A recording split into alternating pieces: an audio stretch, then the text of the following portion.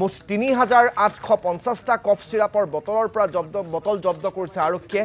ঘিউৰ চালান দেখুৱাই শিলিগুৰিৰ পৰা ISBT-লৈ আনিছিল কফ চিৰাপখিনি। গোলাপ হুছেইন, হৰিপ্ৰসাদ ছেত্ৰী আৰু জ্যোতিষ বসুমতাৰীক ইতিমধ্যে আটক কৰিছে আৰক্ষীয়ে। পংকজ নামৰ নৈশ বাছখন আৰু এখন অটোভান জব্দ কৰিছে আৰক্ষীয়ে। অটোভানখনেৰে লখৰাৰ এটা স্থানলৈ লৈ যোৱাৰ কথা আছিল এই কফ চিৰাপখিনি। আৰু কফ চিৰাপখিনি জব্দ কৰাৰ মুহূৰ্তৰ দৃশ্য আপোনালোকক দেখুৱাইছোঁ। এয়া টিনৰ এইসমূহ বাকচত দেখিবলৈ পোৱা গৈছে।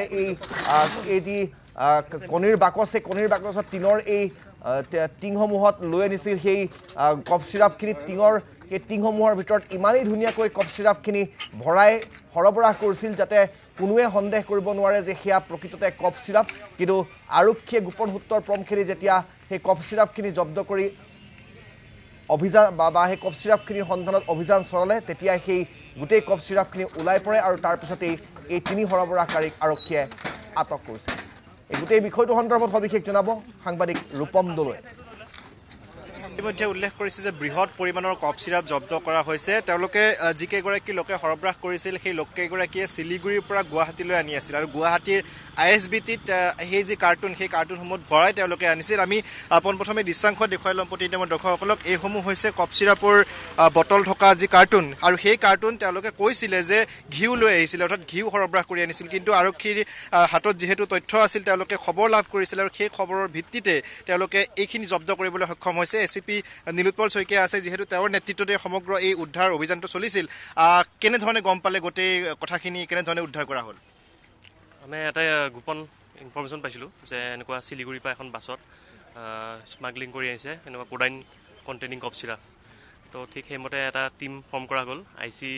ISBT আমাৰ লগত আছিল, তেওঁ লিড কৰিছিল, মই আছিলোঁ। আৰু যেতিয়া বাছখন আহিছিল তেওঁলোকক সোধা হৈছিল এনেকুৱা কাৰ্টুন আছে নেকি। তেওঁলোকে ক'লে এনেকুৱা কাৰ্টুন আছে, তাত ঘি আছে বুলি ক'লে। এখন চালান দিছিল, তাত ঘি আছে বুলি কৈছে। কিন্তু আমাৰ যিহেতু ইনফৰমেশ্যন আছিল, আমি উইটনেছৰ সন্মুখত আমি কাৰ্টুনখিনি নমাই পেলাই আমি চালোঁ আৰু দেখা পালোঁ কাৰ্টুনৰ ভিতৰত টিনৰ ডাব্বা আছিল, কমপ্লিটলি চিল আছিল। সেই টিনৰ বস্তুবিলাক খুলিলোঁ, তাতে কোডাইন কফ চিৰাপ পাইছে। এতিয়াও আপোনাৰ দেখা পাব এনেকুৱা টিনবোৰ, এইবোৰ আপোনালোকে টিন দেখিছে, ইয়াতে আপোনাৰ এইটো কোডাইন কফ চিৰাপ। এনেকুৱা আমি 50টা কাৰ্টুন পাইছোঁ আৰু অলমষ্ট 3,500 ওপৰ কফ চিৰাপ বটল পাইছোঁ। আৰু যিকেইগৰাকীক গ্ৰেপ্তাৰ কৰা হৈছে, নাম কি তেওঁলোকৰ, গোটেই তথ্যখিনি অকণমান? হয়, আমাৰ 3জন ব্যক্তিক আমি গ্ৰেপ্তাৰ কৰিছোঁ। যিহেতু ড্ৰাইভাৰজনৰ ইনভলভ আছিল, তেওঁলোকৰ ইনফৰমেশ্যন আছিল ইয়াতে আছে বুলি, তথাপিতো তেওঁলোকে বস্তুটো মানে আমাক কোৱা নাছিল। গোলাপ হুছেইন আছিল, তেওঁ বৰপেটাৰ হয়, তেওঁ বাছৰ ড্ৰাইভাৰ। আৰু এজন আছিল জ্যোতিষ বসুমতাৰী, যিহেতু শিলিগুৰিৰ পৰা আহিছিল। 2জন ড্ৰাইভাৰ থাকে, জ্যোতিষ বসুমতাৰী ছেকেণ্ড, হৰিপ্ৰসাদ ছেত্ৰী হেণ্ডিমেন আছিল, তেওঁৰ হয় গোৱালপাৰাত। আৰু ক'লৈ নিয়াৰ ব্যৱস্থা কৰিছিল তেওঁলোকে? তেওঁলোকে কৈছিল যে এখন অটো আহিব, তেওঁলোকে লৈ যাব। আমি সেইটোৰ ওপৰত আমি অলপ টিম এটা বনাই পেলাই অলপ লুকাই আছিলোঁ। আৰু ঠিক সেইমতে এঘণ্টামান পিছত এখন অটো আহিছিল। সেই অটোখনত এজন ব্যক্তি আহিছিল, তেওঁৰ নাম ৰাহুল, তেওঁ বিহাৰৰ নিবাসী। তেওঁক আমি ধৰিলোঁ আৰু প্ৰথম প্ৰিলিমিনেৰী যিখিনি সোধপোছ কৰিছোঁ, তেওঁ কৈছে সেইখিনি বস্তু তেওঁলোকে বেলেগ এটা জেগাত লৈ যায়। আল্টিমেটলি বাংলাদেশ নিয়াৰ প্লেন আছিল তেওঁলোকৰ।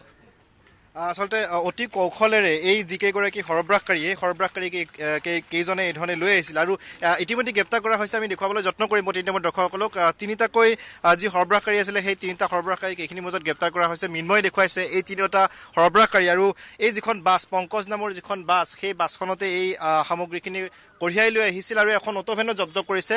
আৰু সেই অটোভেনখনৰ জৰিয়তে যিটো স্থানলৈ তেওঁলোকে নিবলৈ, ইয়াৰে ওচৰে অৰ্থাৎ ISBT-ৰ ওচৰে লখৰাৰ এটা স্থান, আৰু সেই স্থানটোৰ পৰা তেওঁলোকে বাংলাদেশলৈ সৰবৰাহ কৰিবলৈ চেষ্টা কৰিছিল। আৰু সেই সময়তে আৰক্ষীৰ হাতত যিহেতু সম্পূৰ্ণ তথ্য আছিল, আৰক্ষীয়ে সেই তথ্যৰ ভিত্তিত বিশেষ সূত্ৰৰ পৰা তেওঁলোকে তথ্য লাভ কৰিছিল। আৰু সেই তথ্য লাভ কৰাৰ পাছতে এই গোটেই সামগ্ৰীখিনি জব্দ কৰা হৈছে। আচলতে এই ধৰণৰ যি কফ চিৰাপ, এই কফ চিৰাপ ডাক্তৰৰ প্ৰেছক্ৰিপশ্যন নহ'লে আচলতে কোনেও বিক্ৰী কৰিব নোৱাৰে।